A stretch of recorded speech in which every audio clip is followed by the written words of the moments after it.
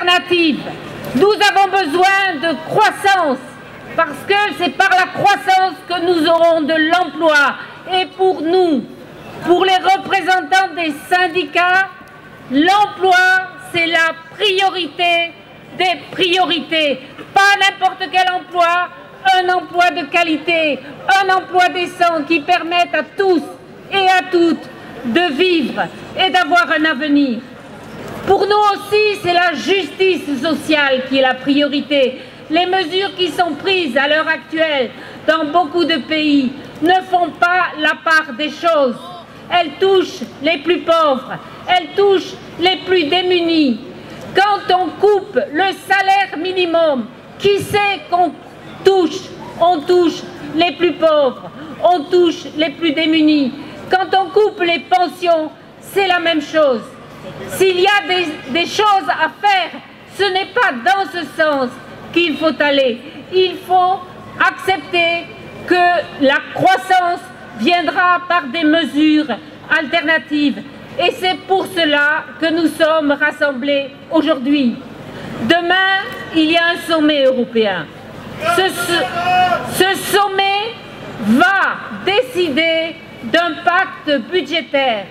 Et nous sommes contre ce pacte budgétaire parce qu'il va mettre dans le marbre, inscrire dans le marbre des mesures qui ne nous permettront pas d'avoir la relance économique dont nous avons absolument besoin.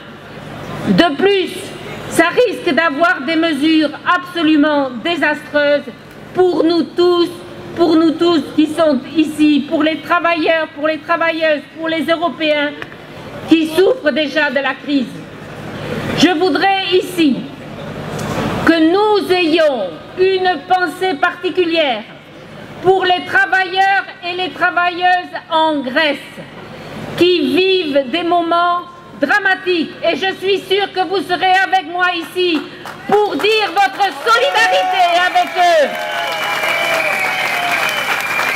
Notre solidarité avec les travailleurs, les travailleuses en Grèce, au Portugal, en Espagne, qui sont soumis à des mesures vraiment dramatiques, mais aussi qui voient leur système social, les relations sociales, le dialogue, les négociations affaiblis, voire coupés par leur gouvernement. Tout cela nous montre que ce n'est pas le chemin à adopter pour l'Europe. Il n'y aura pas d'Europe sans Europe sociale. Il n'y aura pas d'Europe qui n'emporte le soutien des travailleurs et des citoyens. Et nous disons à ces dirigeants européens que la réponse à la crise ne peut pas être dans cette discipline budgétaire.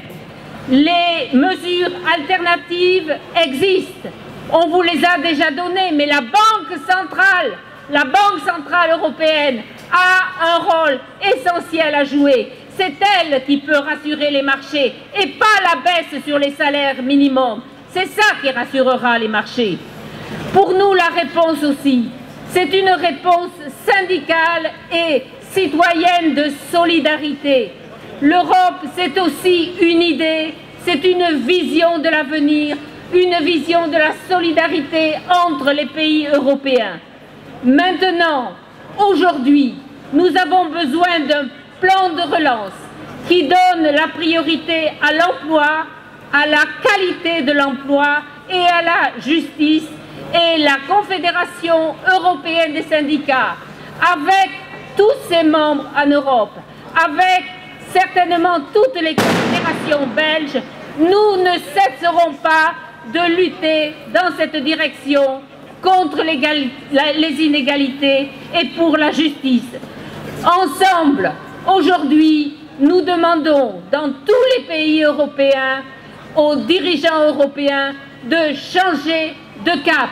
Sans nous, il n'y aura pas d'Europe. Merci.